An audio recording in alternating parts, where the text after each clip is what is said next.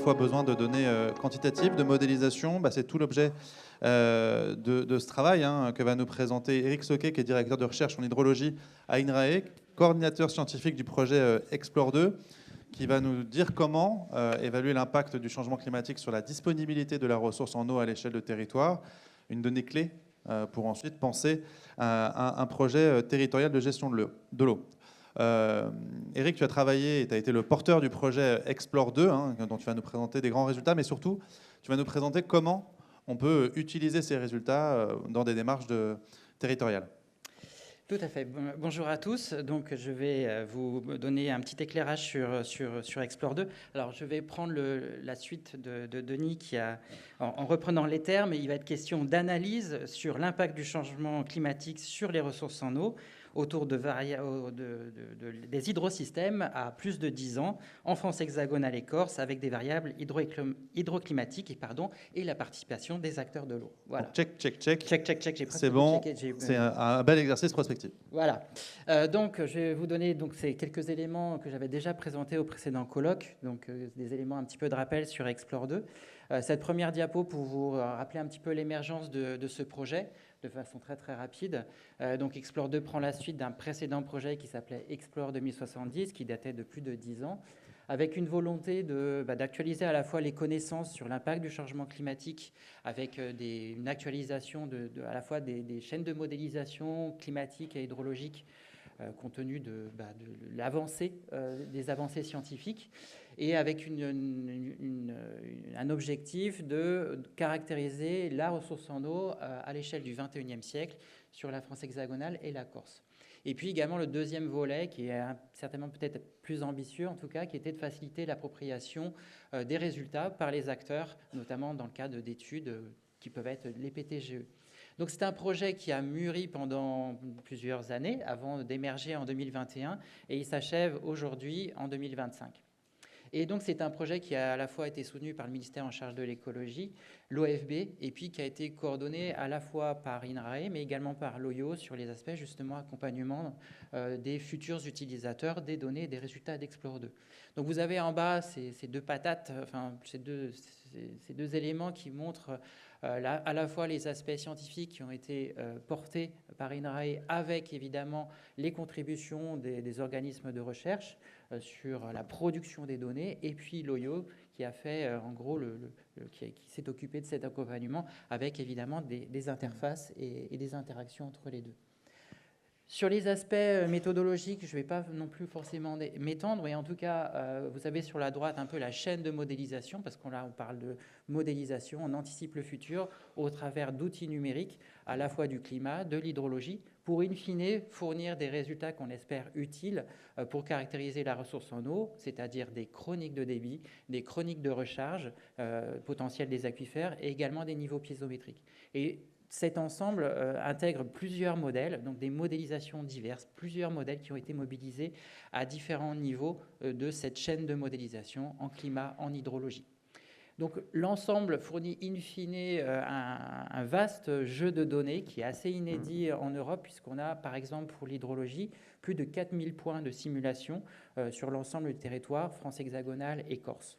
Et ce que je tiens à signaler, c'est qu'on est dans de la production de données qui caractérise la ressource naturelle, donc la ressource en eau, la capacité du bassin versant à fournir de l'eau sous juste l'effet du changement climatique, c'est-à-dire que les usages ne sont pas intégrés dans les éléments de modélisation qui ont été pris en charge par le projet Explore 2. Ça, on en parlera juste après.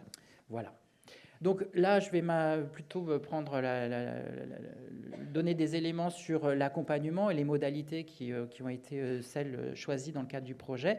Donc, comme je l'ai précisé, l'objectif, c'était d'assurer la compréhension des résultats scientifiques et puis faciliter l'utilisation de ces données par les acteurs de l'eau. Donc ça s'est fait au travers de comités des utilisateurs qui ont été mis en place, donc qui ont été animés par l'Office international de l'eau, avec différents représentants. Donc on a essayé de choisir un panel suffisamment représentatif de profils d'utilisateurs pour pouvoir travailler avec eux. Alors comment on a travaillé? On les a interrogés, on a eu des enquêtes qui étaient faites en ligne, on a eu également des réunions dans lesquelles on a eu un dialogue qui s'est instauré pendant toute la durée du projet.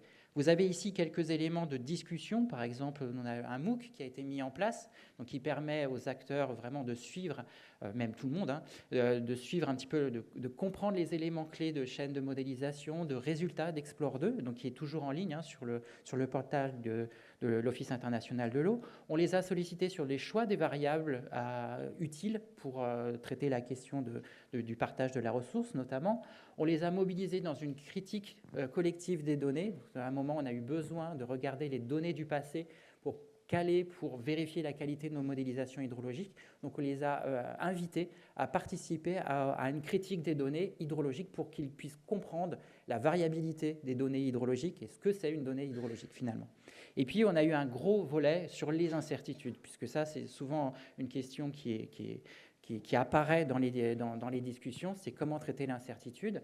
Donc on a mis en place notamment ce qu'on appelle des narratifs, avec des scénarios climatiques très contrastés qui illustrent dans nos différents documents la variété et la diversité des futurs hydrologiques possibles. Donc la réponse hydrologique à des climats très contrastés qui sont plausibles, notamment en fin de XXIe siècle. Donc, comment Explore 2 a déjà été utilisé? Donc ça, je vais vous montrer quelques éléments. L'étude qui a été évoquée tout à l'heure, donc au commissariat au plan, qui était anciennement France Stratégie, a exploité les données d'Explore 2, où là, cette fois, il a utilisé les données de ressources naturelles et les a couplées de façon très très lâche et très grossière, mais en tout cas, ça donne des éléments de discussion avec un modèle d'usage permettant ensuite de tester le modèle d'usage étant conditionné selon différents scénarios du futur en termes d'usage. Vous avez un scénario tendanciel, un scénario politique public, un scénario de rupture qui permet ensuite de vérifier qu'il y a un déséquilibre ou un équilibre qui se fait entre l'offre et la demande. Donc ça, c'est une première des utilisations d'Explore 2. Un deuxième a été beaucoup plus contextuel, c'est-à-dire l'Observatoire de l'environnement en Bretagne a mis en place un atlas qui a récupéré les données d'Explore 2. On a travaillé avec eux sur l'infographie, sur les données à utiliser, sur les messages à apporter. Donc vous avez je vous invite à aller consulter cet atlas qui est très très pédagogique et au travers de graphiques vous permet vraiment d'illustrer le contexte du changement climatique en Bretagne. Voilà. Donc ça, c'est des éléments assez plutôt pédagogiques. L'ambition première, c'était quand même que ça serve à des exercices de planification territoriale, oui, comme les PTGE, par exemple. Alors, ça fait partie des utilisations. Il y a un autre type d'utilisation. Là, je prends l'utilisation qui a été faite par l'Agence de l'eau Rhône-Méditerranée-Corse et plus récemment à Dour-Garonne, qui a servi à caractériser la vulnérabilité des territoires. L'idée, c'est que Explore 2 caractérisait de cette manière l'exposition au changement climatique et croisait avec la sensibilité des territoires pour exprimer une forme de vulnérabilité au changement climatique. Donc, sur un certain nombre d'enjeux qui ont été définis, par exemple, ici, vous avez une carte qui caractérise l'enjeu assèchement des sols. Vous voyez, avec une échelle de couleurs qui va vers les rouges foncés, qui montre des territoires qui sont particulièrement vulnérables au changement climatique sur l'enjeu assèchement des sols. Donc, c'est une autre manière d'utiliser les données. Alors, je vous parle des utilisations, mais aujourd'hui, de quoi vous pouvez disposer, en tout cas, en termes de livrables d'Explore 2 ? Vous avez d'abord un certain nombre de rapports techniques, de données, de fiches de synthèse qui sont tous téléchargeables sur un portail qui est le Dataverse d'Explore 2.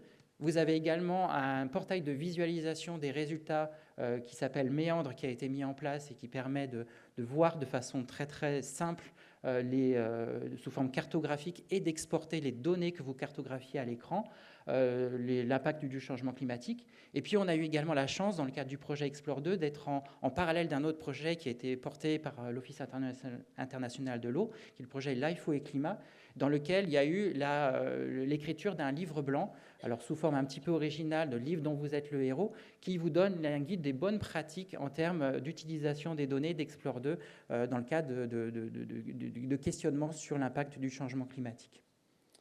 Une autre illustration peut-être très rapide sur le type de fiches qui existent.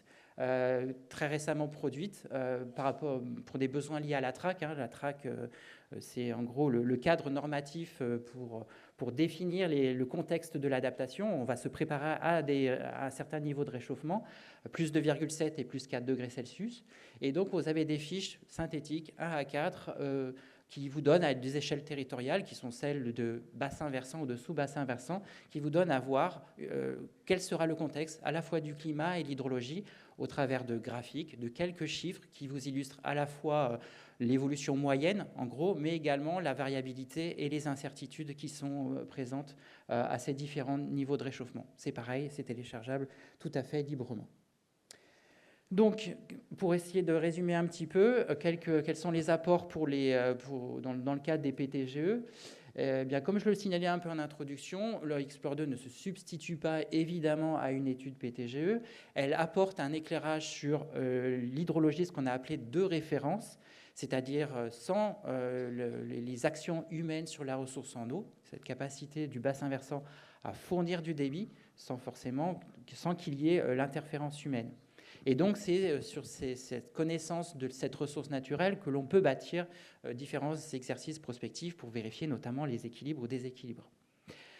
Ces données permettent de quantifier, donc de façon assez objective, au travers d'une chaîne de modélisation, les ressources en eau disponibles. Elle permet également de quantifier les certitudes et les incertitudes qui pèsent sur l'évolution de la ressource en eau, au travers de ce qu'on a appelé des narratifs. On a même des narratifs spécifiques à la TRAC qui ont été constitués. Et puis aujourd'hui, on sait très bien que c'est un ensemble qui est très vaste, qui est très complexe, qui est très dense et qui a des difficultés. Donc on essaye à chaque fois de répondre au travers des retours d'expérience des utilisateurs, de faire évoluer nos outils, nos supports pour répondre à un certain nombre de questions. Donc aujourd'hui, je suis là également pour en attente d'éventuels retours d'utilisation, parce que c'est comme ça qu'on va continuer à travailler, en tout cas avec vous, avec les acteurs de l'eau. Voilà, je vous remercie. Merci à toi, Eric. On peut t'applaudir là aussi très chaleureusement.